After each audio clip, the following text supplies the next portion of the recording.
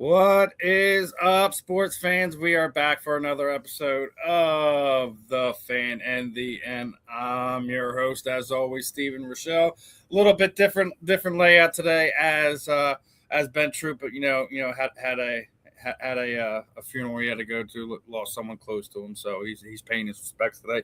So me and Mr. Marvin Powell the third is going to hold down the house for everyone today. We're going to have some fun on here, as we always do when we're on The Fan in the End. Marvin, how are we feeling today, my brother?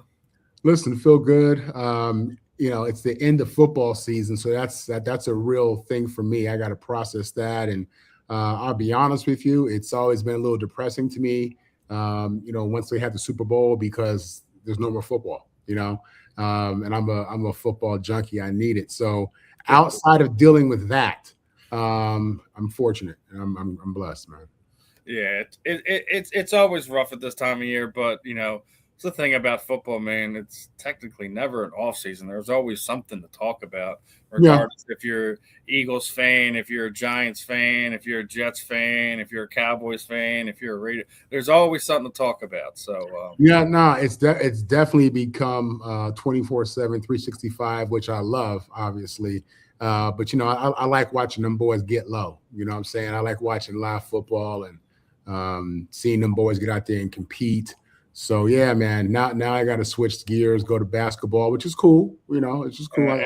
Eddie's just letting you know he's preparing for his personal Christmas. The I like that, Eddie. I like that. Hey, if you need a spot in your fantasy league, let me know. Always love Eddie chiming in, but before we get too deep into this episode is brought to you by Fight Wax. Fight Wax is the ultimate skin defense for your athletes and your person with an active lifestyle. Helps treat cuts, swelling, scrapes, abrasion, rejuvenates and restores stretched skin. Customers have used for soreness, stiffness recovery, designed to help athletes in all active lifestyles. Provides an ultra non-silky, non-greasy feel. Deep hydration helps skin care. Helps fight dry skin. Customers use for eczema, psoriasis, and other skin disorders. Again, guys, the Fight Wax soap is coming. They got stuff for your pets, man. Their site officially launched, so you got our code. Use that code South15FW when you check out. Show us some love. Show the guys at Fight Wax some love, and it's gonna be another fun partnership that we're working with. And that being said, is anyone who places an order this month. When I was at Knucklemainia this weekend, I got some just a few signatures, from some of the fighters. So what I'll probably be doing is I'll be sending Lincoln a little care package. I'm going to send them, some of the stuff that we already have, the signed books, cards, things of that nature. But also got this glove. So what we'll probably do is anyone who uses the code and spends over $50, $60 or whatever will be kind of entered into a pool, and at the end of the month we'll send an additional care package out. So guys, please make sure you're heading over there and check Fight Wax out. And as we're talking about Knucklemainia, the funny, I got that one glove, but I ran into another one of my sponsor friends, and he's over from HKA USA. He's a gear company, and we got two signed gloves from a whole bunch of the guys on the card. Some of the guys that weren't on the card, some of the champions that were there. Bret Hart, Kai Stewart, stuff like that. So we got some fun stuff working with. Keep an eye out for HKA USA. We're going to be getting ready to do some type of either sponsorship, partnership type deal. We're going to work out over the next month. Keep your eyes out on that. So again, it was a fun weekend for me. Little bit of craziness. Anytime you're dealing with the combat sports world is a little nuts. But I did want to touch on one thing on it. And me and you were talking about this right before we got on air, and it was a great event this weekend. Had crazy nonsense in the stands. Eddie Alvarez and Platinum Mike Perry got into it ringside. There was fights in the stands. The fights on the in this, in that venue were was some were good, some were bad, some were great, and but the one thing that kind of stuck out for me, and I actually wrote an article, sent it to Scott and Candy, hopefully it'll be out in the next day or so, that Andrei Arlovsky, who's been, is a name synonymous with combat sports. He's fought in Fedor Emelianenko. He's fought in the UFC. He's fought in ONE FC. He's fought for, PFL MMA / World Series of Fighting. He's fought for, he's now a 3-sport world champion. Combat Sambo champion, UFC champion, and now bare knuckle champion. And the funny thing about this past weekend was when he won his title, it was literally 21 years and 2 days from the day that he became a UFC champion. He's now 47 years old. So 21 years to the day, basically, he wins his third championship. And me and you were talking about it off air. He's also a 3-time cancer survivor, beat cancer in 2010, 2012, and this past year, 2025, I had another bout with cancer, having, cancer removed from his kidneys and 28 lymph nodes or something like that. So he's a walking Disney story, a Disney movie, Hallmark movie, however you might have it. Somebody's got to get rights to his biopic sooner or later, because his moniker, the Pitbull, the only reason he does it, he's a dog lover. So obviously don't put him in the room with Michael Vick. I'll just say that. I don't think that would be a wise decision, but he's a very rare human being, and talked about it in ring at about people fighting for cancer. Just keep on fighting. Don't quit. Life is beautiful.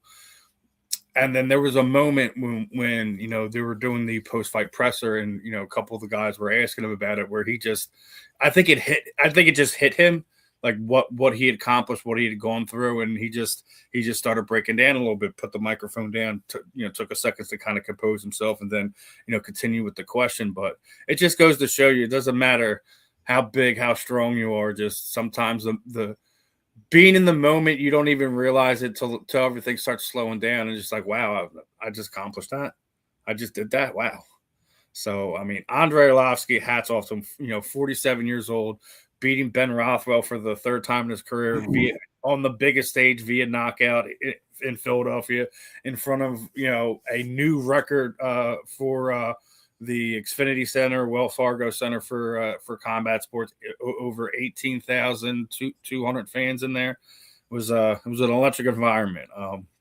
Obviously, I know you're not the biggest combat sports buff or anything like that. But, obviously, you can identify with the medical stuff that he was going through, being as your wife was just kind of going through stuff like that. It's kind of why I wanted to kind of bring that up with you today.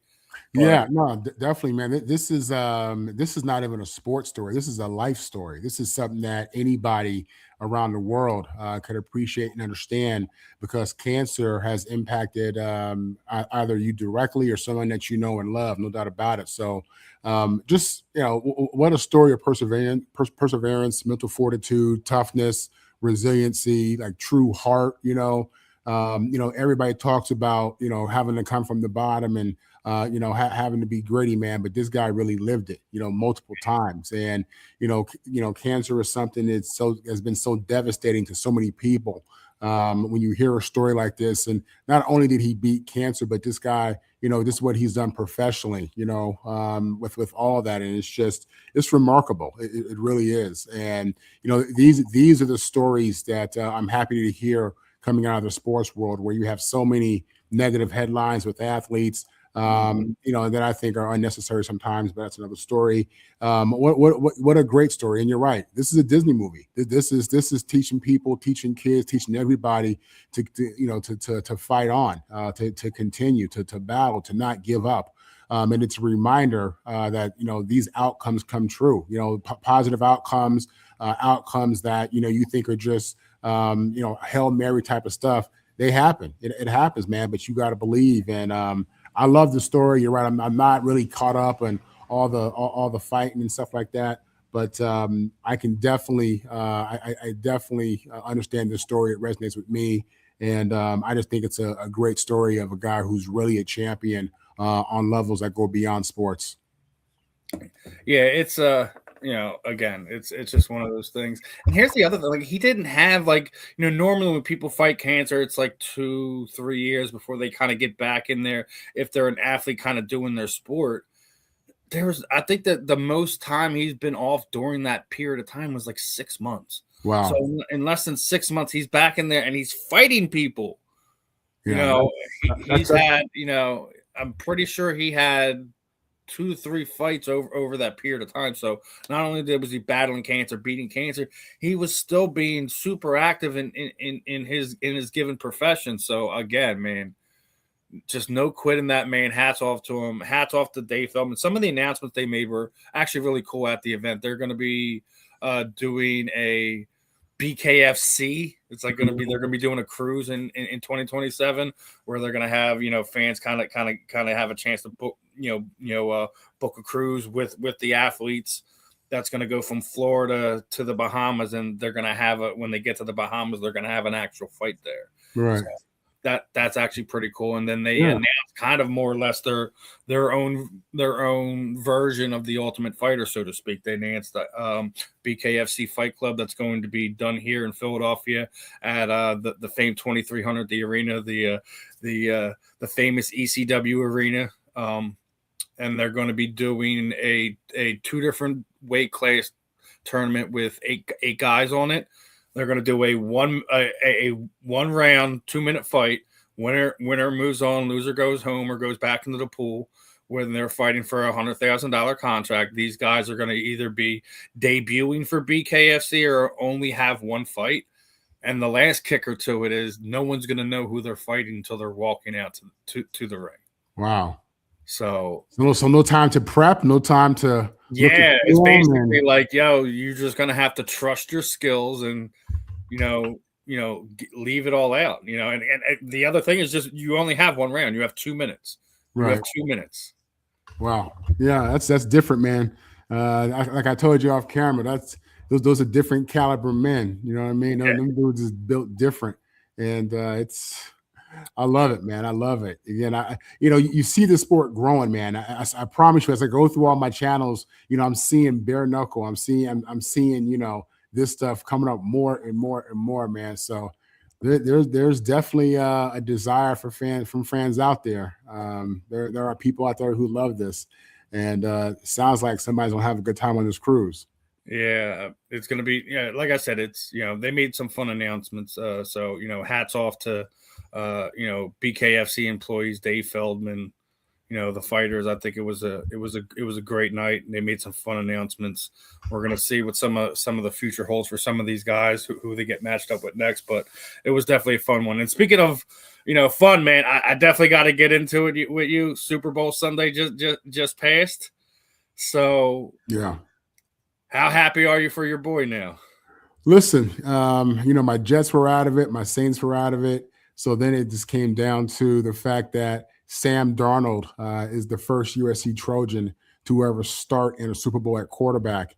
And with that said, that's all I needed. So, yeah, my man Sam came through, played aggressive out the gate. I loved it. He played with no fear. And, Seattle just jumped on them Patriots, boy. It was they had no answers for Seattle at all. But I was so happy for Sam, so happy for the Trojan family. It's a big deal to us. We pride ourselves, on our program and on our Trojans, the pros who were Trojans and who were NFL Trojan. And Sam played great, man. He did. He played good enough to win. Made some plays, didn't have any turnovers. I mean, he represented well, and he gave Seattle, he put them in a great position to go out there and win that game. So, yeah, man, super happy, super proud of him, excited for him in regards to what's going to come next. Because obviously, you win the Super Bowl as a quarterback, you're going to probably get a pay raise. So I'm happy for him on that front. Want to see if he's going to stay in Seattle. I know he's under contract. I'm sure he will. But yeah, big day for that region. Big day for the Seattle Seahawks. Big day for the Trojan family. Huge day for Sam Darnold, who I was hoping would get MVP, but Kenneth Walker went out there and ran for almost 200 yards. So, yeah.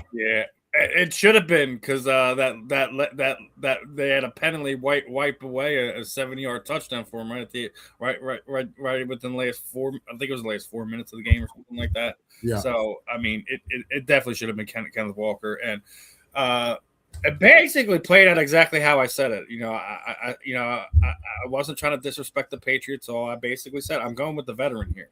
I think Sam Darnold did what he had to do. Did exactly what I'm like. He just doesn't. He just has to not be terrible. Not put him in a position to lose the game. Yeah. That's exactly what he did. Yeah. And no, definitely. That Seattle defense was going to be too much. They were. So I mean, it's one of those things where we don't always get it right, but sometimes we know what we're talking about. Sometimes people.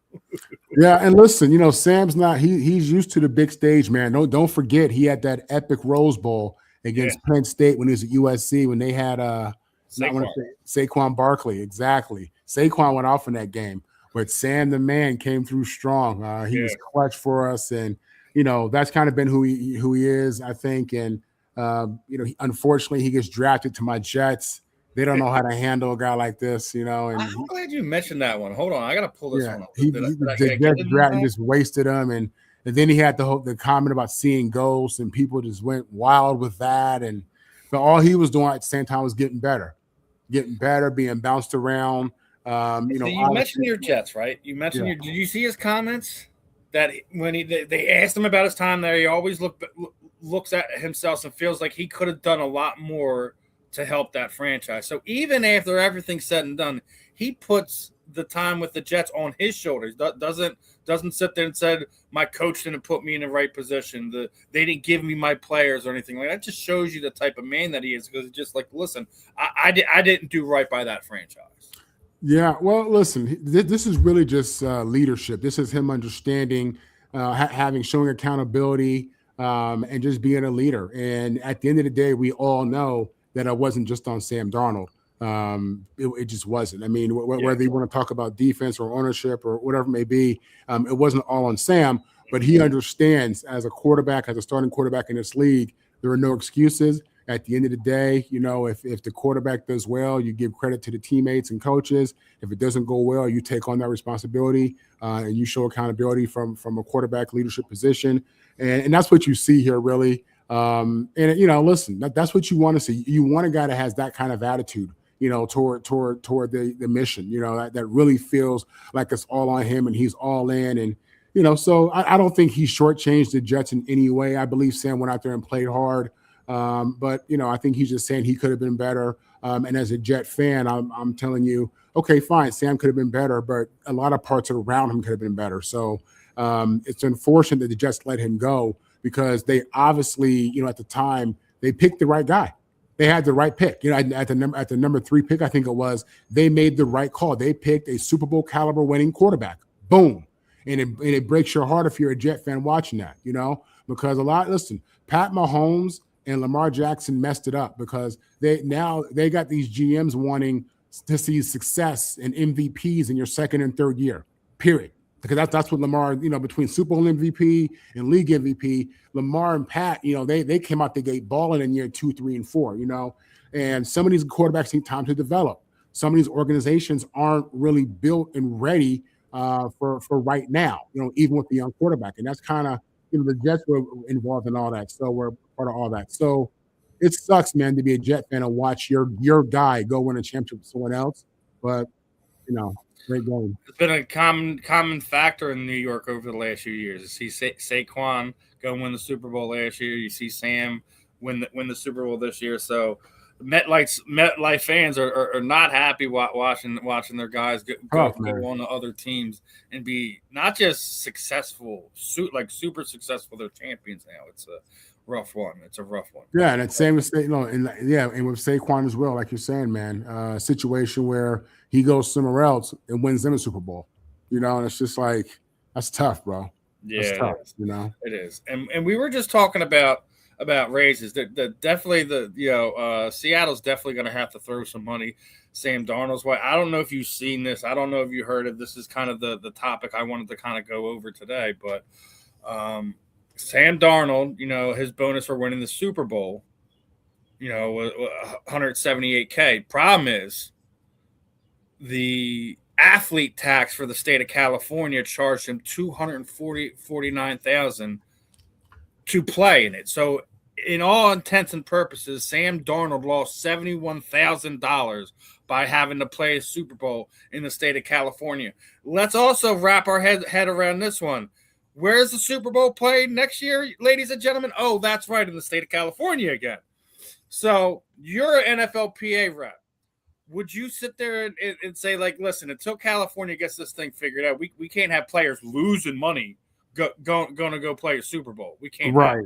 Yeah. I'm the secretary for the Atlanta chapter of the NFLPA. I am. Let me give our viewers some context here. So what you probably don't realize, and I didn't realize this either, when my rookie year, I'm playing for the New Orleans Saints in 1999. And when tax season came around, I realized that I got to pay tax in every state where we played an NFL game. That's how it goes for these players. They have to pay taxes for every game they play. They got to pay that state tax. So California obviously is dreadful. We understand the situation and just what it costs to live out there, and how they tax, and people are leaving California left and right. So that's a horrible situation, man. It is. They absolutely have to address this, whether it's in the next CBA or for something they can jump on immediately. But that's just a horrible situation to be basically have to pay to hit your bonus. You're paying money once you hit your bonus. You're not getting money, you're paying money. It's kind of weird like that. So yeah, I hate to see that. Fortunately, this next contract that Sam's going to get, don't worry, it's going to fix all that. This guy's looking. Listen, the going rate right now is 50 mil minimum, So right. Even if he ends up at 40 plus, I think 45 plus, he'll be fine, man. But yeah, that athlete tax is a real thing. Fortunately, these guys make enough money to where it's they're going to be okay. We'll just say, but yeah, that thing is lopsided. They got to figure that out. Yeah, they definitely do. Obviously, we have a few comments here. That's because California bases the jock tax off your yearly salary. Will the NFLPA stop letting the Super Bowl be in California? I'll say this much: no. Considering the next one is going to be in California, I think what they'll probably do is something along the lines of like Marvin is sitting there and say, like, since this is becoming a real public thing for the NFL, obviously with Sam Darnold having to lose $71K playing in the Super Bowl, that moving forward, they're probably going to stay away from California until this thing kind of next season. After next season, probably I think they'll stay away until something's done. But this comment's great. When people are leaving California faster than the GM of Michigan, that says a lot. Yeah, listen, they're making so much money at these Super Bowls, whether it's in California, wherever. I don't see them getting away from that, but I do see this being brought up and discussed again in the next collective bargaining agreement, or even sooner, because it doesn't make sense. You want these guys to benefit and to be rewarded for hitting bonuses and just being outstanding in what they do. I'm going to take another part of this, right? So we're talking about the pros. All right. So how many big colleges are out there in California? So if you have guys, getting money like we do with in college football now, are they having to pay taxes playing college football? They do. Yeah. That's something that's been brought up. You live in California and you pay California taxes, period. So they're also taking NIL money from these kids too. These kids are signing NIL deals and making money off their name, image, and likeness. Yes. And being taxed. Yeah, of course. They're being taxed. It is what it is. Welcome to the adult world. You know what I'm saying? So Sam going to get his, and in certain states, he going to get a little bit more, But it's the trade-off, though. It's the trade-off. You get to live in California. It's beautiful out there, man. It's beautiful in a lot of places. I know that, but man, from someone who's from there, lived there a lot, and seen all the different parts of Southern California, it's beautiful, man. Only thing that compares is Miami, paradise, South Florida. Yeah, well, I think that's where most players are going to want to kind of wind up going when they see this. Like, I think that's going to be a lot of problems for these California teams. Obviously, you can pay them. See, we talking about USC has the number one recruiting class in 2026. I'm the number one recruiting class. I did see something I wanted to kind of get your thoughts on. We were just talking about, your number one recruit here, right? Yeah, Luke Wayful. Yeah. So how excited are you for this young man? Yeah, Luke Wayful. This guy was the number one player in New Jersey. And then after his most recent All-Star performance in the All-Star game, I think it was the Navy All-American game, he was elevated to the number one player in the country overall for 2026. He is an elite pass rusher, powerful, great bend, great feet. And he's someone who will definitely be in the rotation, in my opinion. Obviously, you got to earn it. What you did in high school means nothing once you get to the college. But I think when you watch him play, you watch him play against elite talent, which he just did in the All-American game, and you watch him dominate, and you watch him win in practice, consistently. You realize this guy, he's ready for this level. So, yeah, Luke Wayful, defensive end out of Jersey, is phenomenal. We won him in an epic recruiting battle with Ohio State, Penn State, and he went back and forth, but ultimately he decided to come to USC.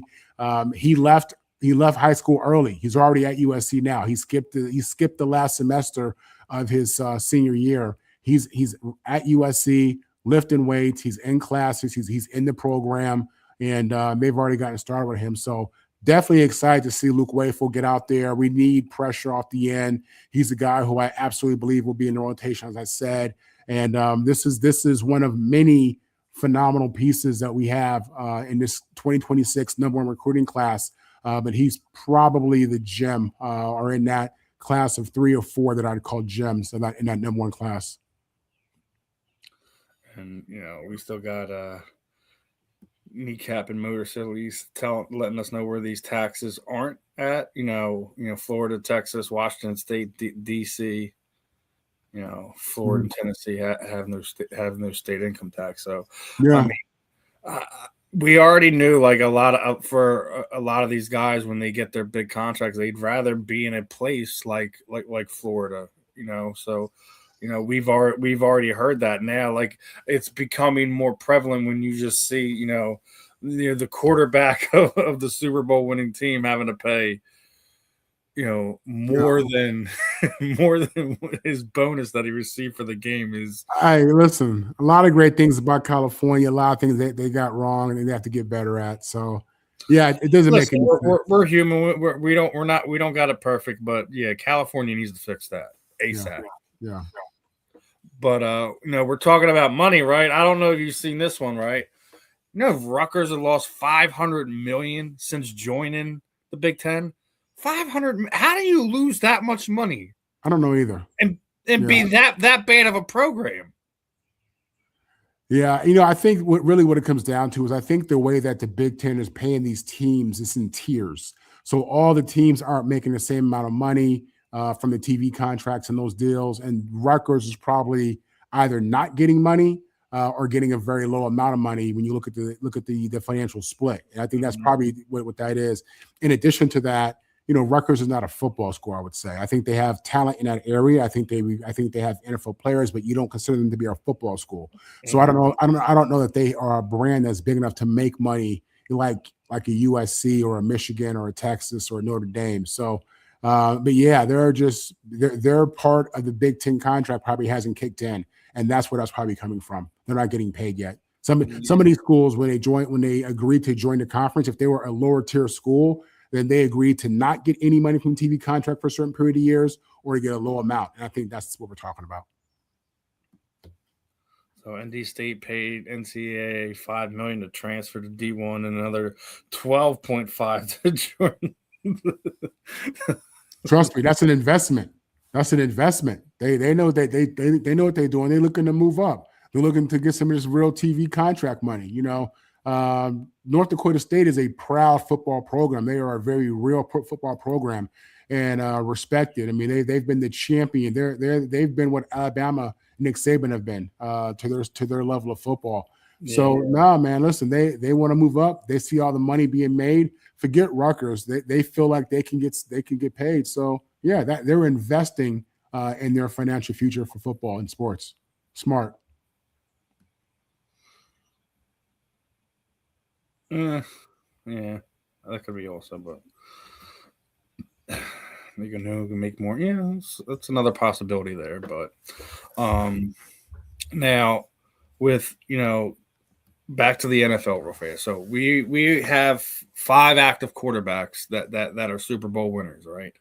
If you had to say, let's just say for argument's sake, the Eagles, Chiefs, Seahawks, Rams, and Aaron Rodgers is still with the Steelers, and none of these guys win Super Bowls. Who would you bet on right now? No free agency, no draft, that has an opportunity to win their first Super Bowl next season. Outside of that group? Outside, no repeats. So take away the Chiefs, take away the Eagles, take away Seattle, take away the Rams. I would probably I would have to say it comes down to Lamar or Josh. That's what I'll be betting on. And if I had to pick one first, I would probably go with Lamar. Better team around him. I'm sorry. It's nothing against the Bills. It's nothing against Josh Allen. I agree with you there. I think he has the better team around him. Yeah, for sure. Especially if Derrick Henry comes back and they, which I believe he is. I haven't heard anything other than that. I think he's a big part of that. But yeah, I think Lamar Jackson absolutely would be the guy outside of that list. Listen, he's dynamic. He's amazing. The truth is, in these playoff games in which they've lost, he's played great in a lot of these games. It was one of his teammates dropping the ball or making a bad play with the ball. Lamar was outstanding, even in that Pittsburgh game that they lost at the end of the season. I mean, this guy was lights out. He shows up, but the pieces are there. I think they have, everything they need offensively. I think their defense has to get healthy so they can get back into the fold. I believe they had a ton of injuries this year, if I recall. So yeah, Lamar is, to me, and for as much as I love Josh Allen, I mean, I think Lamar, a lot of people favor Josh. I think Lamar's different, man. I do. I think he's different. And I'm looking forward to seeing what he does this coming year. Yeah, I'm looking forward to it too. You guys still got Dan Campbell as your quarterback. Stop it with Detroit. If Detroit fixes the O-line, if they figure out how to get through a season being moderately healthy, we can have this conversation. It has nothing to do with the offensive line. I don't know what it is that Detroit pissed off the NFL gods, because just it don't work in Detroit for whatever reason. Every time there's a star there, they wind up going somewhere else or retiring just because it's that bad there. So, Eddie likes Josh Allen, which is no, I get it, dude. Listen, Josh is a beast. This is no shade. Josh. I'm not. I mean, you're asking me to split hairs here. Josh is the man, and I really appreciate his game. He was a guy that really won me over, because when he got drafted, the big talk around him was, he's not accurate. And my thing is, how in the hell are you going to make it in the NFL if they're already saying you're not accurate? But he got better. He evolved, man. He coaching. I mean, he really evolved, and I see him put his team on his back sometimes, man. And he is clutch, man. I love me some Josh Allen. I do. I respect the way he plays the game. He reminds me of a guy who could have played in any era. He throws his body in there. He reminds me of someone who played for Buffalo. If you put his mentality in Josh's body, that's who it is. Reminds me of Doug Flutie, man. Yeah, a little bit. It's just a bigger, stronger, faster version of him. If Doug Flutie would have gave himself a perfect body, he'd have gave himself Josh Allen. Yeah, no, Josh is the man, dude. I believe that Josh has what it takes to win the Lombardi. I do. But just based on the question Steve asked, I think Baltimore has a better roster, and I think Lamar he's just constantly clutch, man. His team around him really fails him. So. Yeah, I mean, and he's bringing up this, keeping Roquan Smith and giving him that 4-year, $100 million contract probably didn't help them.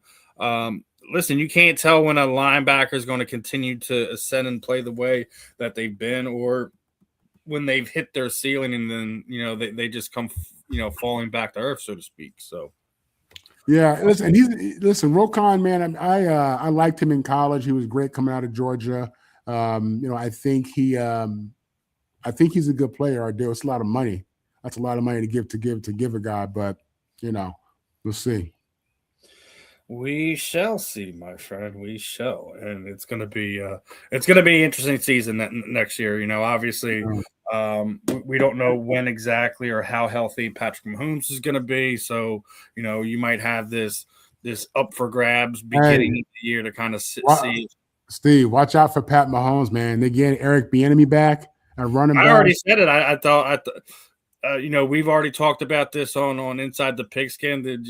Watch out for Eric Bieniemy to kind of like really, really kind of say like I'm still here, and I'm gonna show you. You guys forgot about me, and this is not only Patty Mahomes' revenge tour, but it's Eric Bieniemy's revenge tour as well. So yeah, man. Listen, this is Eric Bieniemy is the guy that was holding guys accountable in practice. He's the one that was cussing these dudes out. He was the one that was getting under these dudes' skin. And you need that. You need that. This is a good thing for KC, getting him back in that building, helping push that offense, and ultimately probably transitioning to their head coach. If Pat Mahomes is healthy, this is his league. Period. Yeah. He owns this league. When you look at 7 straight AFC titles, that's come on, who does that? Or AFC championship games. 7 straight AFC championship games. Who does that? That's like LeBron James, what he did in the East. With eight championships in the East. So, man, that's his level of dominance. It's fair to say, baby, go. It's very brave. We don't know that. We've seen some guys come back from these injuries faster than that. I don't think it may be November. 9 months. Could very well be October. He only misses a month. We don't know that yet. Everyone heals differently, so we'll see. But appreciate you tuning in. Well, you got to think.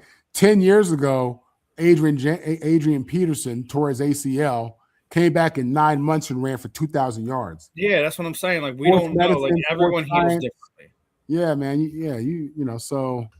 And how many times are doctors spot on about this? Please. When did he get hurt? Was it November he got hurt or December? Yeah. It was at the end of the season. I would say if you're a Chiefs fan, you hope for October, but you don't want to rush it either. So we'll see what happens as the season tends to get closer and we get through OTA training camps, all this other stuff, and see where Patrick's at. I've already kind of given that he wasn't going to play the first month of the season. I see him sometime in October coming back. I may be wrong. But bottom line is he'll be back. That's the bottom. He'll be back next season. Yeah. Bottom line. So, a couple other things I kind of wanted to go over. We were talking about the Hall of Fame. We've been talking about the Hall of Fame. And this has nothing to do with the Bill Belichick thing. The class has come out. We already said it. That it had to have Roger Craig this year, and it did. So took him 30 some odd years, but it finally happened. But Drew Brees, Kuechly, Fitz, and Vinatieri, are you happy with this class, or do you feel that there should have been this is an amazing class. This is an amazing class. There's nobody on that list that you look at and you snub or you turn your nose to. Drew, listen, to the people in New Orleans, Louisiana, he's their GOAT. He's the GOAT to them, and I get that. Drew was amazing, had an amazing career. He took his numbers, his stats. What he did for the city of New Orleans, on and off the field. This dude was it. And then you look at guys like Larry Fitzgerald. When in his prime, this guy was just clutch, man. He was automatic, You don't have too much, he was automatic. Luke Kuechly, he played the game. Listen, if he would have continued to play this game, we're talking about arguably the greatest linebacker in NFL history. He retired early. All right. 9 seasons. How rare is it to see a guy like that get in too? Right. The kicker. Listen, typically you would say, he's the kicker. Nah, man. Vinatieri was a special one. Man, listen, as clutch as they come, big moments, mentally tough. I mean, that's that. I mean, he's a football player playing kicker. I love that guy. You And could then put 3 Super Bowls on his back from the Patriots alone. yeah, yeah. And then you look at the guy who you were talking about, Roger Craig. First of all, Roger Craig should have been a first ballot Hall of Famer. That's the bottom. Let me get that out the way, okay? You just don't understand that he was such a key component to those great Niner teams that had Montana and had Rice, had Rathman, had Oates or the Jones. I mean, the tight end. Taylor at receiver. Roger Craig was the engine. This is a time when, even though we were talking about arguably the greatest of all time at that point in Joe Montana, none of that flows like it does without Roger Craig, period. The first running back to run for 1,000 yards and receive for 1,000 yards in the same season. People don't understand how this crazy that was at the time, and you haven't seen a bunch of guys do it at all. But this guy, he was the heart of that offense, in my opinion. Yes, they had an outstanding offensive line. You don't hear about that enough. A lot of times that gets thrown at Emmitt Smith. Oh, look how good his O-line was. But no, man. Roger had a very good O-line as well. So, but no, he was a man, physical, knees, ran, powerful, fast, smooth. He's the one, his knees were damn there in his chest when he ran. Man, out there, listen, you didn't trust me. You didn't want to tackle Roger Craig.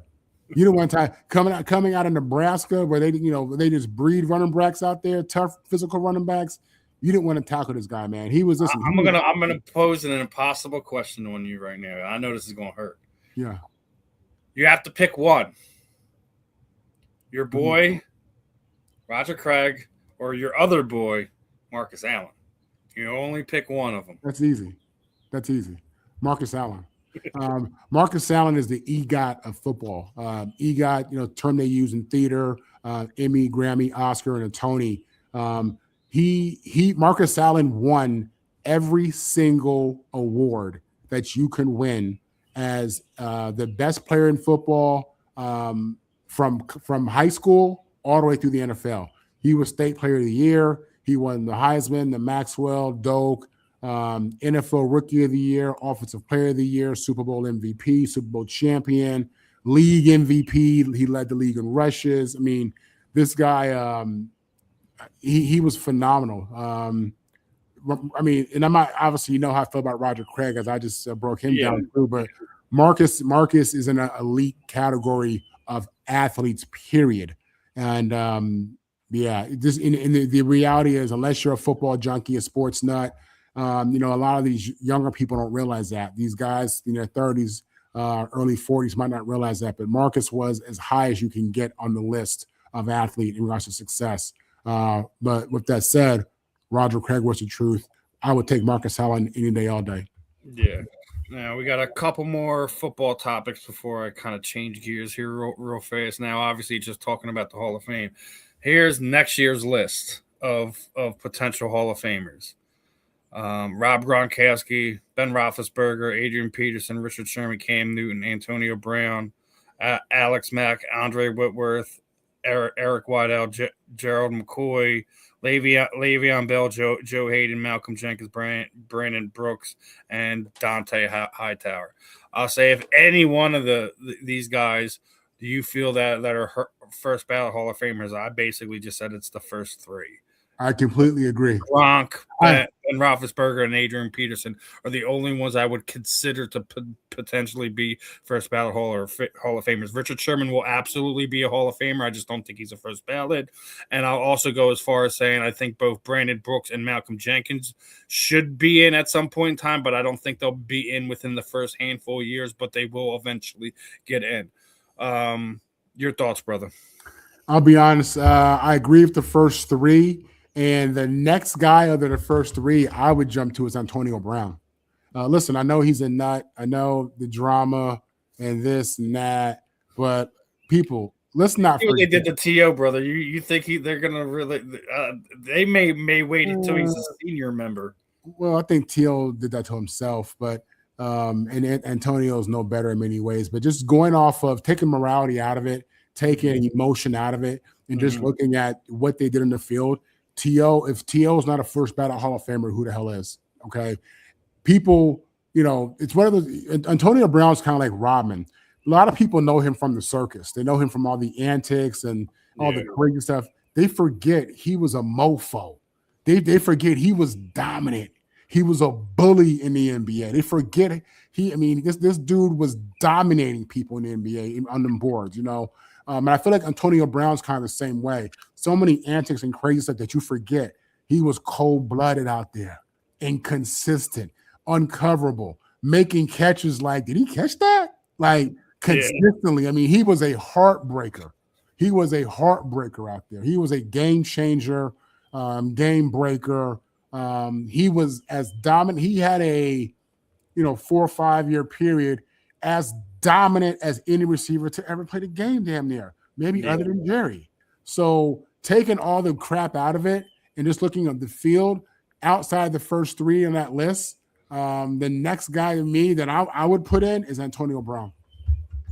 Yeah, as we were just sitting here, one of the guys in the chats were basically saying he never is going to get in. He'll definitely get in. Quit during the game, he'd get in. It's just we have to get past this morality thing. We're only looking at what they did on the field. If we're only talking about what they did on the field, it's without question that he's get in. And I just sit there and said, who did I feel between us that we felt were going to be first ballot? I don't think that. The fact that it's his first year eligible, that's fine. I don't think that he's going to be a first ballot, even though number-wise and impact-wise he probably should be, but it's just the way that we've already seen how the selection process works is garbage, and it's going to be one of those things. Yeah, no, man, it's the process. Yeah, it is his Achilles heel, but it's one of these things like that in sports when we're talking about the greatest of all time, for whatever reason, we have to keep going back to this morality issue. Oh, well, they did this and they did that. And that's only a new thing, Steve, because Babe Ruth's in the Hall of Fame. Babe Ruth's story. Have you ever heard any stories about Babe Ruth? He was Diddy. He was Epstein. He was all that. No, I'm being honest. He was all that. But there was no cameras. It was a different age of media. That's what I'm saying. What are we talking about? You know what I'm saying? He was, and I ain't got no beef with Babe. He should be in the Hall of Fame. Not just what about who was a real Ty Cobb? Yeah. Oh God. Yeah. You say he was a horrible. He was a real ornery SOB. From what I've heard. So it's like we hold these guys like that they need to have statues built. No, we have to recognize that they were great. They were amazing. They were Hall of Fame players. So. I think this whole morality clause that we as voters, as people, who talk about, listen, put that aside. Unless they unless it was like one of these Chris Benoit situations where he murders her family and kills himself. Those are the only things that I would sit there and say that could kind of disclude you from these type of conversations. So it may be his Achilles heel. We've already discussed that we kind of feel that all of the sports, not just football, not just baseball, need to kind of revamp how they go about the selection process for their giving Hall of Fame voting ballots, however you want to kind of word that. So we'll see how that all plays out over the next few years. We'll see. Yeah, man. Listen, Eddie's comment to him: a Hall of Famer needs 7+ years of Hall of Fame type season, unless the person's career is cut short by injuries. That's where you go with it. That's where you listen. I don't know if it needs to be 7. I'm not one of those guys that said we need this amount of consistency out of this player to say the Hall of Fame. I think the other thing is how they changed the game, how the game changed to deal with who they were as a player, as a person. I think if you affect the game in that way where they're changing the way the game is played around you, that you need to take that into consideration. So yeah, no, absolutely right. I think it's tough to put a number of years on that. I think it's about greatness, man, your level of greatness and impact and dominance and again, how did you impact and change the game? So, with that said, I think Antonio Brown absolutely needs to be in the Hall of Fame. There's no way you have a Hall of Fame. I don't think you give the players a piece of the voting action. I think they should have the majority's share of the. Do I think writers should have a share? Absolutely. Uno. I think there should be a particular person of media that consistently rotates. That not every year that it's not the same guy from your sports writers guild or however you want to do it. They do have a vote, but it shouldn't be the lion's share's voice. Also, the NFL. I said it again. I think they should also have a revolving door of alumni, Hall of Famers, etc., to also vote as well. Like where we don't have these situations where you have a 102-year-old Bill Polian, still salty and ornery, finding ways to keep guys out. I think there should be a revolving door. So there's no way that you can partner in with these people. So we're going to keep this guy out. That's not a thing. You have to find a way to keep it real, to keep it legit, to not sit there and be the, as of right now, the NFL has been getting made fun of at least for the last 2.5 weeks. I mean, we're talking about that. Let's talk about the Pro Bowl because that's an absolute joke. The viewership was down 60%. I wonder why. The Pro Bowl means nothing anymore. It's a flag football game. Steve, man, listen, when I was a kid, I used to love the Pro Bowl. Because it was a real game. Right? People don't understand. It was a real game. The players played hard. It wasn't just the game itself, dude. The skills competition they did the day before the game was always the best part of watching it. Yeah, it was great. They used to have the bench press contests, and I used to love that. My dad played in a bunch of he played in 5 Pro Bowls, and again, it was a game back then. Now, now it's, then it evolved to just powder puff and pushing around. And then once Drew Brees got hurt, the game really changed. Once he got hurt in the Pro Bowl, you saw the guys play much differently at that point, to be honest with you. So it's unfortunate, man, what it's come down to. I think the fact that we have more information now about concussions and we realize the body can only take so many hits, you have to ask yourself, is it smart to have the game?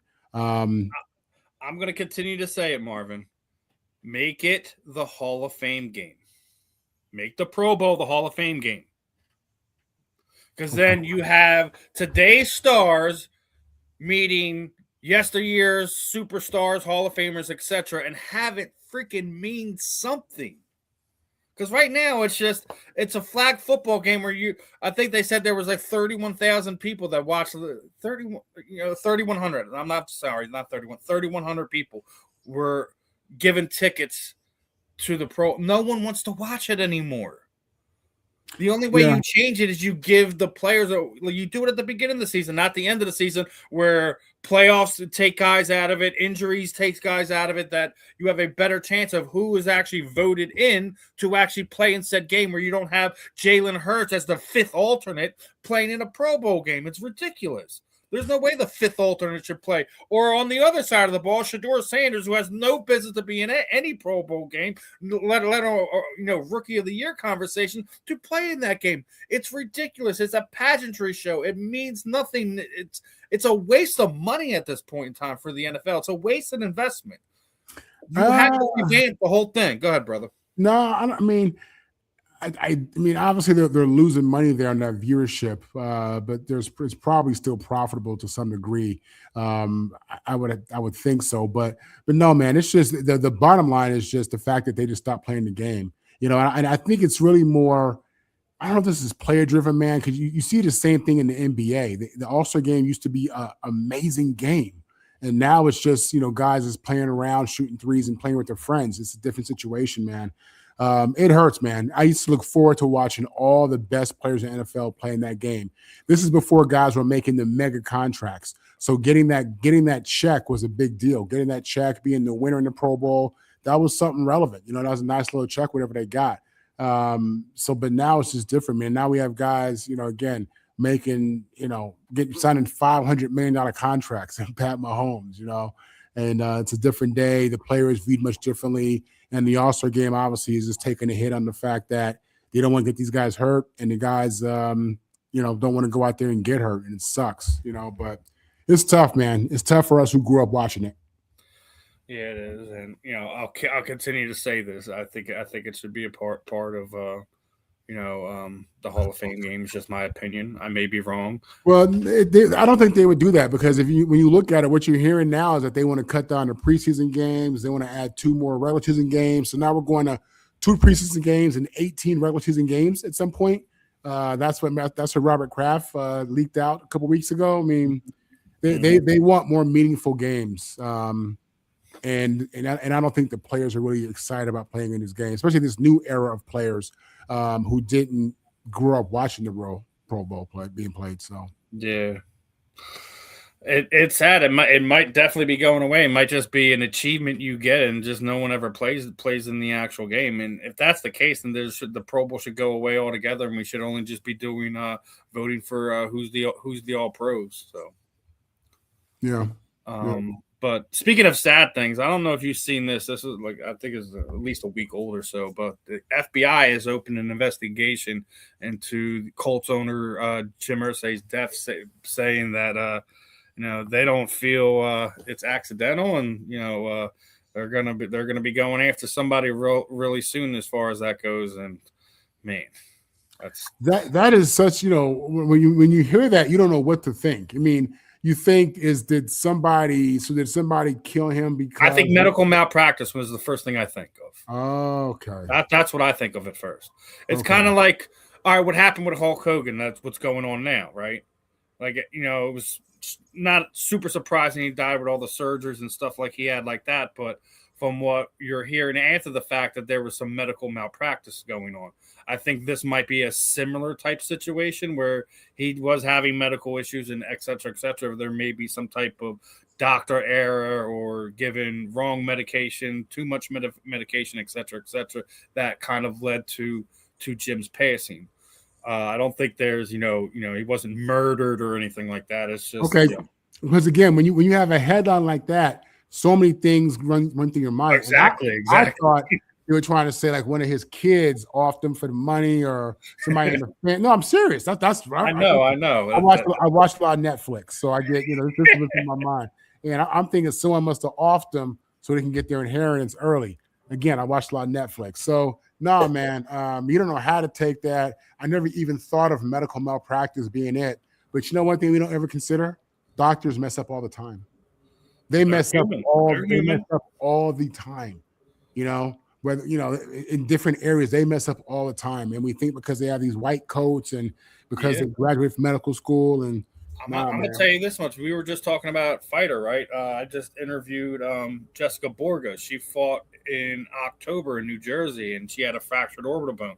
She's having surgery again in 2 weeks to fix the plates that are or in fact holding her eye in place, because one of them's pinching an optical nerve. Whenever she looks up, her vision is doubled and blurry. Wow. So it's like we talk about doctors, they're human, they make mistakes, something happens, you don't realize this moves, this shifts, whatever. It's not to sit there and say that doctor is this evil negligent person and he did this. No, they're human, things happen, but this is why doctors have insurance too. Yep, 100%. Yeah, it's unfortunate, man. I hate it for the kids. I think it's hard to go through the healing process when these kind of headlines and realities pop up. So, I just thoughts and prayers to his kids and his family, those who are impacted by this. Yeah, I do. Especially, obviously, his daughter has been in the limelight this year as being someone there on the sideline, being a absolutely 100%, both fisted into the muck with her team. It's something exciting to see. And then you see something like this, you can only imagine how it affects the collective of what their family dynamic is. So, right. Yeah. Or what happened with Matthew Perry? I don't know, man. Matthew Perry made some suggestions that if anything happened to him, it wasn't by medical malpractice, that somebody was coming to get him. So we don't know, and I like to reserve my assumptions until I have all the facts that can be presented to me before I do those things. But now, Steve, Matthew Perry, that's the guy from Friends, right? Yes. Have you ever watched Friends before? Parts. I could never sit down and get through all those seasons. I wasn't like the during that time, I wasn't like the sitcom TV guy. Like I wouldn't, it would be like in passing, maybe catch an episode here and there, but was never really. Hey, I'm proud to say I've never watched an episode of Friends in my life. Okay. Anyway, as you going through half the season, giving up on it. It's all good. Hey, listen, listen. There's some shows I don't watch. There's some I do. Like you know, some people are Yellowstone fans. Some people, they like Landman, or you follow everyone has their own, I guess, cup of tea when it comes to watching TV programs. So it's you take it for what it is, and you do what you got to do. But moving on, last week we were talking about Lindsey Vonn. Now, obviously, I know by this time you know what happened, right? So she goes on her first run, and it didn't end well for Lindsey. Obviously, she's a warrior. We were just talking about the combat sports athlete. She wanted to go out on her shield, and she did. First run did not go the way she wanted it to. She had a fall, injured herself even more, but she basically said there's no other way she would have rather gone out. What are your thoughts on this? Because I know a lot of people are kind of, basically, oh, well, she was making a selfish choice, this, that, and everyone has their opinion on it. Listen, I'll always side with the athlete. If the athlete wants to, they know what they sign up for. They know what the possibility is coming when they go in a ring, go in the arena, go down a slope, et cetera, et cetera. So what were your thoughts on, obviously we talked last week about her decision to go, but the end result, and unfortunately she had to be airlifted out, had to have surgery, all that other stuff. Yeah. So. If you notice, the overwhelming majority of the people who criticize and naysayers and she shouldn't have done this, none of that, most of these people are the 99%. Meaning they've never tried to do anything elite. They've never tried to get to the top of the industry. They're genuinely at their core not competitors. You know what I'm saying? Because anybody who's a real competitor, anybody who really has fight in them, and their life resume says they have fight in them. Anyone who's ever competed at the highest level of any aspect of their industry would tell her to go for it. Would tell her to do it, and no one's criticizing the fact that she went for it and it just didn't work out. That's part of it, you know what I mean? But it's like Michael Jordan said, when you think about shooting the ball, he doesn't think about missing the shot. You think about hitting the shot every single time, and that's how you practice, and that's how you train, and that's just how you think. So she's a competitor who still has some dog left. She still has some gas in the tank, and that desire to be great was still there. I think it's always in you. I think it fades as you get older and you get away from your chosen field a little bit, but she thought she had a little game left, and she went out there, risked it all as you're supposed to, and it just didn't work out. And that's just how it goes. As a competitor, as a competitor / former competitor, I love it. I got this. This makes me think highly of her. I think this should show you, that she's just somebody who went out there and had the heart of a champion, and it just didn't work out. But I respect it completely. People should look at her as an example as to how to be. Don't be afraid to go for it. Doesn't matter your age and all that stuff. Stop making excuses. So yeah, man, I don't think it's selfish. I don't think anything like that. I think she's a champion. I think she has the heart of a champion. She's a competitor. It's a lot of times you don't know how to turn that off. We've seen that before, right? Yeah, so, you have some athletes just have that unstoppable will. Like it doesn't matter if it's going to hurt them, hinder them, whatever. All they have in sight is the goal that's at the end of the tunnel that they've set for themselves. And she set a goal, and obviously, blown knee didn't do anything. It took the actual event and the hill itself to kind of sit there and say, "Young lady, you need to sit down because this is the end of the road." Unfortunately, some again, some athletes want to go out on their shield. Some of them have to be told to step away. Lindsey wanted to do it on her terms, and again, I don't pretend that I'm this athlete or I'm an expert on anything. Again, I'm with you. It gives me more respect for her because it sucks, having to go out like that in front of all your friends, hundreds of thousands of watchers, viewers, millions of viewers, whatever. It's hard to sit there and have to fail on that type of level and still stand up, dust yourself off, and say that you're proud of yourself for regardless of what happened. So you can hate on Lindsey Vonn all you want. You can doubt her, you can question her. There's a whole lot of things you can question her for, but it was her last chance. She went for it, and that's what she was going to do. We already knew what that was. So Eddie, right on the same boat. It was probably her last chance. She was going for her last opportunity to get another gold medal. So I'm not going to fault her for that. And speaking of gold medals, did you see what happened? Oh man, I hope the video plays on your end. Okay, this will take about a minute and a half. I want to see if you see this. Right. So there's the medal, and there's the ribbon. Here's the little piece that is supposed to go in the ribbon to hold it in the medal. And yeah, it came apart. Some Olympians are celebrating their wins with broken medals. It's real.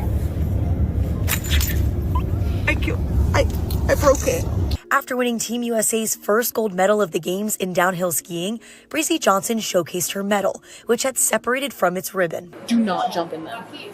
It broke. Meanwhile, Germany's ski team were jumping in celebration when one member's medal slipped off its ribbon. And figure skater Alyssa Liu said her gold medal doesn't even need a ribbon. These medals are the most expensive in Olympic history, thanks to the price of gold and silver skyrocketing. Chief Games Operations Officer Andrea Francisci says they're looking into the problem. Siamo a conoscenza della situazione, abbiamo visto le immagini, ovviamente stiamo cercando di capire nel dettaglio se esiste un problema, ma ovviamente abbiamo massima attenzione a questa vicenda, essendo la medaglia il sogno degli atleti, e quindi vogliamo che ovviamente nel momento della consegna tutto sia assolutamente perfetto, perché lo riteniamo davvero il momento più importante, quindi ci stiamo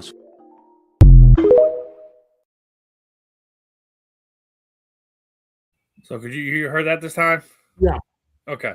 So basically, we have the most expensive gold and silver medals in the Olympic game histories, and they can't even keep them on the ribbon.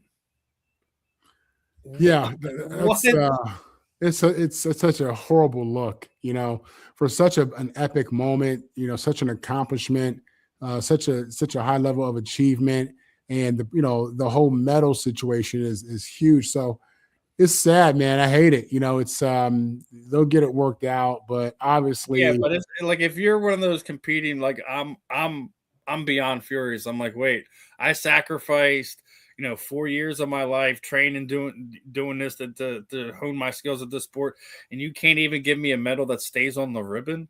Yeah. Like what happened to making the medal so the ribbon just slips around and the ribbon's fastened and sewn back up? Yeah, no, it's kind of weird. It's just weird that's something that they couldn't get right, the ribbon and the medal. So like I said, it's just a bad look considering what that look is. And you point, you laugh, you move on, but at the same time, it's like, man, how have the mighty have fallen, so to speak, right? Yeah. Now I want to know, where was that made? I hope it's not made in the USA. That better be made in China. Eddie got it right. Made by a cheap company. Yeah, that's probably what happened, Eddie. I'm not gonna sugarcoat it or try to paint the Olympics in a certain light. And while we're talking about the Olympics, I gotta talk about this stupid snowboarding kid, right? I don't know if you've seen it, but he made some comments. Basically, they were asking him about representing his country. He's like, it doesn't matter what's going on in my country right now. I'm here representing my friends, my family, etc., etc. And nobody was happy with his opinion. Obviously, Trump had something to say about this. Regardless, Trump, his word salad is never anything I want to talk to. But Jake Paul had something to say. I don't always jump on Jake for some, but one of his girlfriend is an Olympic speed skater. She won gold, right? And his message basically just told him to shut the bleep up for all true Americans. If you want to represent this, if you don't want to rep this country, then go elsewhere. And he also made a statement after the fact, basically. This is like him double down on it. There's so much great about America, but there are always things that could be better. One of the amazing things that makes this country so amazing that we have the right of freedom to point that out. The best part of the Olympics is it brings people together, and so many of us are divided. We need more than ever. Cannot wait to represent Team USA when it competes. Thanks everyone for the support. Well, you can't sit there and say that you're only representing your friends and your family. Then you want to sit there and say, how great of a country we have. Look, we're all entitled to our opinions, right?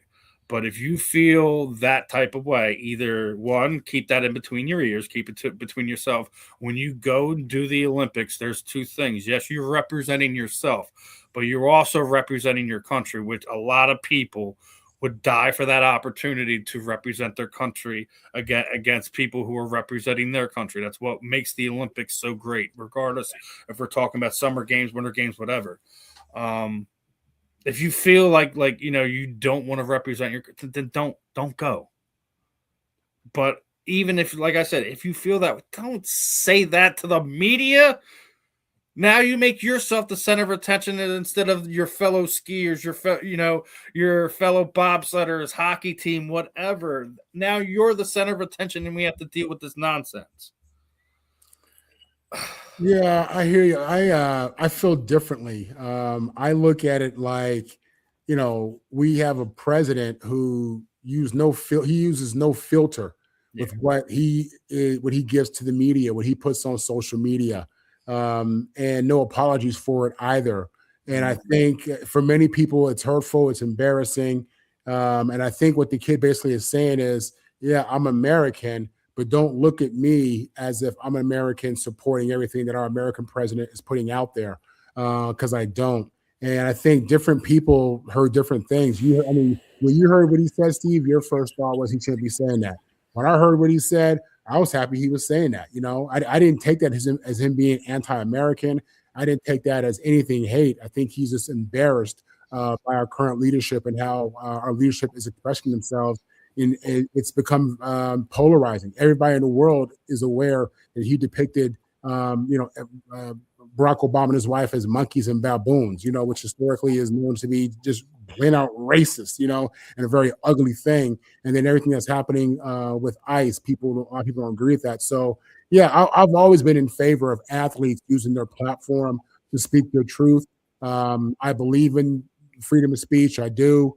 I didn't, and I like the kid's follow up. I mean, I hate that he definitely got backlash from MAGA and many other people. But I'm okay with athletes expressing themselves, speaking their truth. It is a lot of people, and actually, I think most people are okay with it as long as what's being said, even if it's profound, is in alignment with what they think. We pick and choose what we think should and shouldn't be said based upon our own personal beliefs. You know what I'm saying? Yeah, I recognize it all, man. I see it all. And it's all good. I ain't got no problems with what he said at all. I got major issues with how our leader communicates and what he communicates and how people just, are passive about that. Because to me, it's just blatantly goes against everything that is America.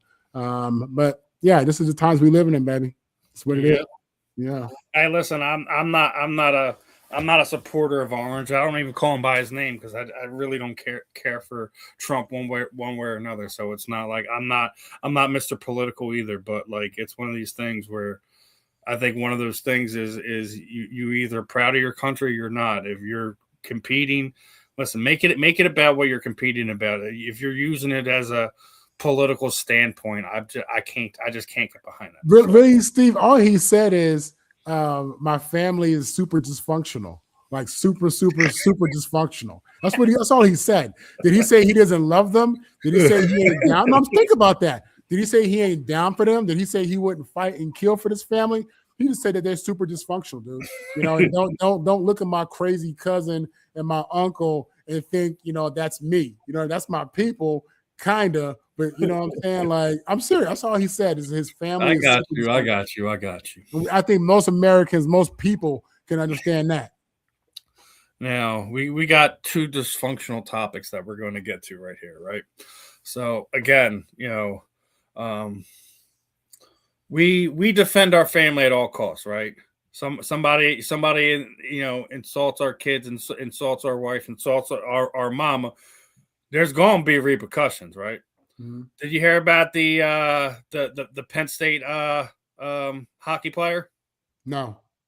So he basically goes out to this bar, right? He's at his bar with his mom, and someone basically had called his mother the W word, right? You know what I'm saying? Yes. So so Gavin basically turns around and, you know, hits homeboy with a 1-2, puts him down, winds up getting arrested for it, right? As discovery was coming out that, you know, the situation was incited because these kids were heckling around, calling his mother all kinds of names, and, you know, Gavin stood up and defended his mom's honor.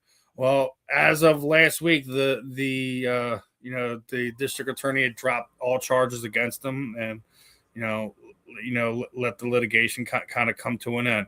Listen, if I'm at a place with my mom and you start hurling obscenities at her, best believe you're going to get your chicklets checked. It's going to happen. It's going to happen. I'm sorry. Yeah. No, I guess, you know, Steve, in these small towns where there's smoke, there's fire. First question you got to ask: is she a W? You don't know this lady, and I'm not saying she is. You don't know what these kids know. You got a lot of cougars out here. You don't know, you know, what website these college kids met his mama on. I'm just saying. All right. Now, if she's not a W, and these are just college boys being, you know, frat boys doing what they do. Come on, man. Kids is cruel. You know, come on, kids will call you fat and ugly and then go do a cartwheel. You know what I'm saying? Like, they don't, you know, your kids is cruel even in college, man. It's tough. It would be hard to sit there and let somebody, you know, abuse your mother, have, you know, say horrible things to your mother. I don't knock this young man for handling business at all. You know, I don't knock him at all. I'm happy that the DA dropped the charges on that situation. Doesn't mean that these kids aren't going to file civil suits against him. We know how this game works. We know how this game works. Yeah. Everybody wants to get paid. I get it. But no, I don't knock the kid. You know, I don't know if there's a deeper story that we don't know about. There's always something that we don't know about. Let's be honest. I'm saying you got to ask the questions. You got to ask the questions, Steve. You know, sir. It's fair. It's fair. It's fair. That's right. I've seen too many crazy things. Grew up watching Maury Povich, man. You know, come on, man. I've seen too many crazy things. Listen, we grew up on Maury Povich. Yeah. You don't know what that was. You don't know what mama. Hey, was the mama fine? I mean, these things matter. You know what I'm saying? That's probably what it was, man. He was probably jelly that he wanted some mommy. And he in college. His mama what, about 40? Hey man, 40, you still got it, baby. You know what I'm saying? That's right. So, yeah. And speaking of litigations, I don't know if you've seen, but that Lions fan is pressing charges on DK Metcalf. There is going to be a civil suit being put up against the Detroit Lions, the NFL, and the Pittsburgh Steelers organization. He's suing them for defamation. Yeah, DK shouldn't have done that. Obviously, at the same time, I don't know what was said. DK said it was some racial slurs out there. You know, he's still sticking to that. He called him his government name. Listen, I don't believe it. I'm sorry. Until I hear exact audio of it coming out, I don't believe it.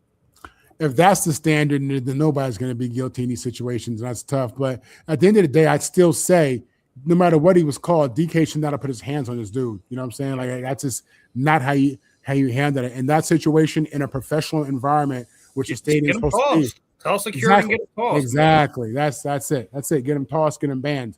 You know, but you know, listen, at the end of the day, you know, you got a lot of black men, a lot of people different ethnic backgrounds that have been subjected to a lot of horrible things. And so everybody, listen, he's a human being. You can call him a professional, you can call him an NFL player, but you call somebody a certain name, certain word, you're dealing with human beings. Humans get emotional. DK got emotional. You know what I'm saying? So it's a tough situation. You hate to see it. DK going to end up writing that check, though. Unfortunately, that's what it's going to cost him. But you know what it is? You got good problems when you can write that check and keep it moving. Because he's going to be able to keep it moving. You know what I mean? So yeah.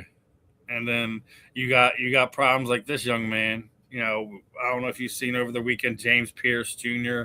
had a domestic situation. You know, apparently used his vehicle to prevent his girlfriend from going to a police station. His legal team basically comes out, you know, that Mr. Pierce remains his innocence and urges the public to understand that while allegations have power to shape the narrative, that it's hardly the full, complete story, which is something we were just talking about. You know, everything that is kind of put out there isn't always true, but you know, he was arrested. You know, another bad look for the Atlanta Falcons organization, as you know, he was having some issues with his girlfriend there, and you know, it spilled out of the home, went into the streets, and police had to be involved. It's not a good situation, and sometimes, man, whatever it is, you just got to let it run its course, man. You can't be jumping in your vehicle chasing your girlfriend around the city, man. That's not a good look. Man, listen, I was watching one of these ID channel documentaries, and they were interviewing a prisoner, and he said that like 90% of men are in prison over drugs or a woman. You know what I'm saying? When I was a freshman at USC, Keith Burns I was a DB my first half of freshman year, and he used to say, kitty cat is undefeated. He'd call it P. You know the rest of it. He said it's undefeated. When you're young and just immature, I mean, so this guy obviously is in a relationship with somebody, and it got emotional and crazy like it does for a lot of young people. Unfortunately, this is something that occurs too much. Yeah, it is a negative headline for the NFL. They don't need more of this. The reality is, in big picture, the NFL, I think, has a great record with their players in regards to crime and criminal activity, stuff like that. But everything that happens, no matter who you are, it's on ESPN. You can be the third string punter. It's on ESPN. It blows up, you know, as if you're, you know, so it's a bad look, man. I'm certain that this young man will learn from this, get past this. But yeah, man, these relationships, man, these dudes, and we've all been there. We've all been young and in love. We've all had moments, maybe not like this, but we've all had moments where we reacted in a way that we're probably not proud of. You know? I can relate because I had this situation. I was dating this girl and was barely in my 20s, man. You know, moved out of mom's house, was staying with her, and it was getting toxic, man. And I knew it was getting toxic. And I'm trying to leave, right? And she just wasn't letting me leave, right? You know, this woman threw herself down the steps because I wanted to leave. Next thing you know, cops called, click, I'm in jail. I'm like, I didn't touch her. So it's like, yeah, like we're like, listen, you're right. Like it's over a woman or it's over drugs, man. You know, we need to find our way to not be in these situations. Thankfully, you know, when it came to me, I spent my 72 hours in the dunk tank, so to speak. Got out, you know, went to court. Had everything pled out and taken care of. Didn't have to do, you know, any community service or anything. And then just, you know, we had to stay away from each other, which she didn't do.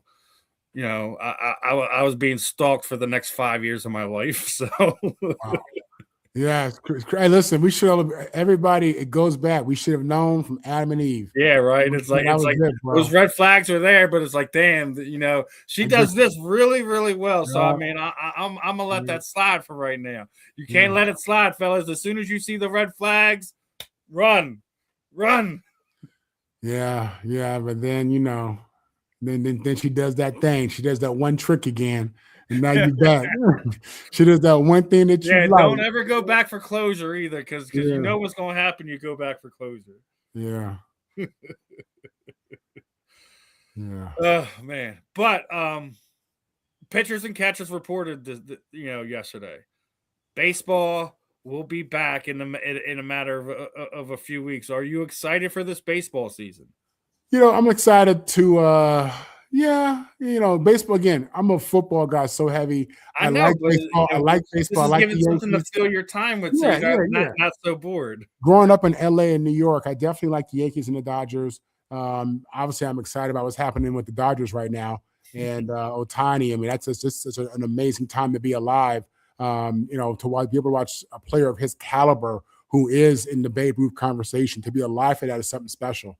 So, yeah, I am excited about it and looking forward to seeing some big primetime games with the Dodgers and ultimately just looking to see, what they do in September, October, Dodgers and Yankees. So, yeah, I'm excited. Obviously, no more football. So this is when I get into the other sports a little bit. Baseball will be one of those. Baseball being one of those. Last week it was we were on, and it was the last day of the trade deadline.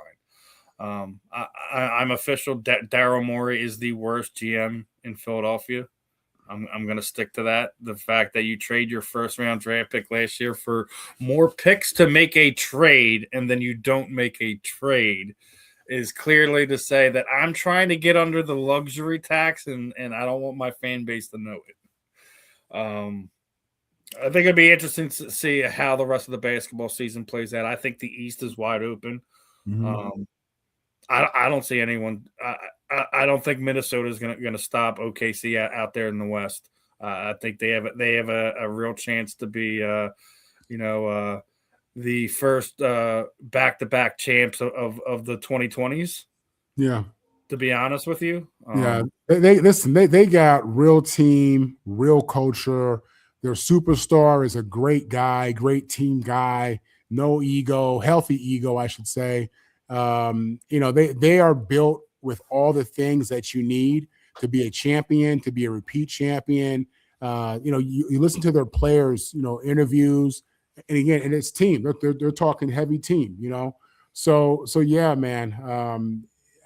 I'm a Laker fan, right? So I'm a LeBron fan as well. So I'm hoping that they can make a run, something can get figured out.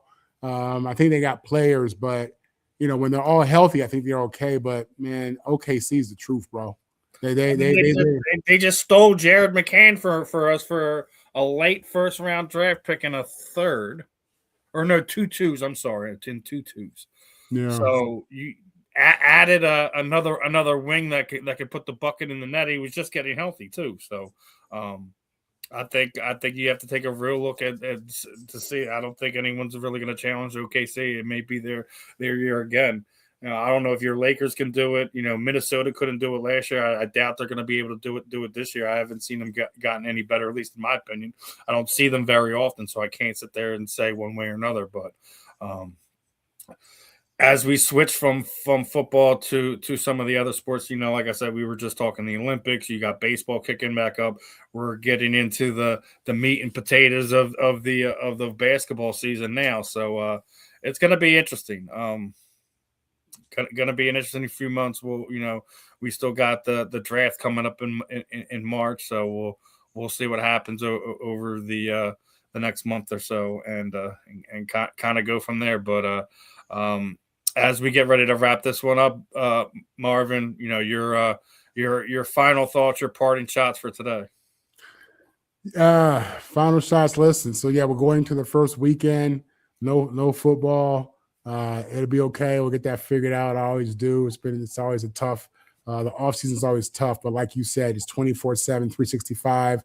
So I'll have some stuff to look at, and yeah, I am looking forward to seeing what happens with my Dodgers and Yankees this year. So, there are things I'm looking forward to as we get to the end of football season. Football season comes to a close, but yeah, how about my boy Sammy D, USC Trojans out there winning Super Bowls?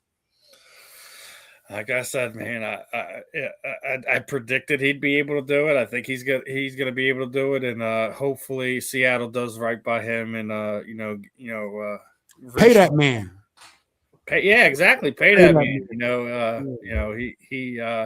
He's been through the grinder, so to speak, and we'll see what the future holds for Seattle. That defense ain't going anywhere anytime soon. So, No, also while we're on, a big shout out to D-Law, man. We were talking about getting out of New York and winning Super Bowls. The minute he leaves the Dallas Cowboys, he becomes a world champion. Good for him. Cannot not make that a point today. Obviously, the Eagles fan in me got to throw some barbs at Cowboys Nation, so to speak. Yeah, no, good for him, man. I like him. Good player. Did you pay attention to media day, media week for the Super Bowl this year? Nah, not so much. What did I miss? So obviously Micah Parsons was there doing his podcast, right? So two things that were confirmed. One, he had AJ Brown on. AJ Brown ain't going nowhere. So the Patriots, the Ravens, everyone who thinks that the Eagles are going to trade him, it's not happening. You got anything from that podcast? That's one thing you definitely going to get. The other was the Eagles and Micah Parsons trade almost happened. Really? That the fact that the thing that stopped it from happening wasn't that there was an Eagle tax. No, it's because Jerry Jones wanted Carter. He wanted Jalen Carter, and as soon as he's seen Jalen Carter, he's like, no, I'm playing with him. I'm not. You're not. No, I'm playing next to him. So that's what kind of held that one up. That I couldn't just imagine. Think about that one for a second. Then Micah Parsons probably would have been an Eagle, but this is before obviously the Jalen Phillips trade and all that. So that would have been interesting because I don't think it would have been like how he struck again. Not just how he struck again, but that would have been, at least the next 4 or 5 years of having Micah Parsons absolutely terrorizing the Dallas Cowboys fan base twice a year. Yeah. That just would have been that just puts them over the top, man. Even if you take away the other player that they trade, Parsons is still young. He's still young. This 27, 28, something like that. He's still young. I mean, a guy like that, he's gonna. They pay you a lot of money to chase quarterbacks, and his skill set is getting better over the year. The game is slowing down to him every year. He still had 12 sacks last year, or was still missing the last 6 games or so. So that's my point. So he's young. This guy literally probably has another 75 to 100 sacks in him. That's realistic. I mean, I see him playing for a while. He's one of these guys that seems like he takes care of his body. He understands the business opportunity. He's just an asset to anybody who has him. Green Bay, just having a pass rusher, puts Green Bay, in position every year over and over again, man. So, yeah, if he stays healthy, man, one of the best trades in Green Bay history, along with Reggie White. Reggie White was the first big free agent. I don't think he was a free agent. Yeah, he was a free agent. There was no trade there. Eagles are just stupid enough not to be able to not to find a way to keep Reggie White. And what was it? 4 or 5 years later, he's a Super Bowl champion. So yep. And arguably one of the best interior exterior pass rushers this game has ever seen. So. Reggie was a rare one, but that'll put a wrap on today's episode. We'll be back next week with Ben. Ben, me, yourself. Tomorrow, I got Esteban, the Mohawk Rodriguez, BKFC Cruiserweight will be joining me, and there is an additional episode of the Fan in the End next week on President's Day, as we got the Bishop McDevitt quarterback Sebastian Williams should be hopping on with us. So we're gonna continue to keep doing the fun interviews, keeping pushing out fun content for everyone here on the South Florida Tribune Media Network. Guys, make sure you're hitting that QR code, giving the YouTube channel some love, like, subscribe, hit that notification bell so you don't miss out on any of the program. Other than that, I'm Steve. That's Marvin. This was another episode of The Fan in the End. We will catch you guys in the rebound, my friend. Peace out. Take care.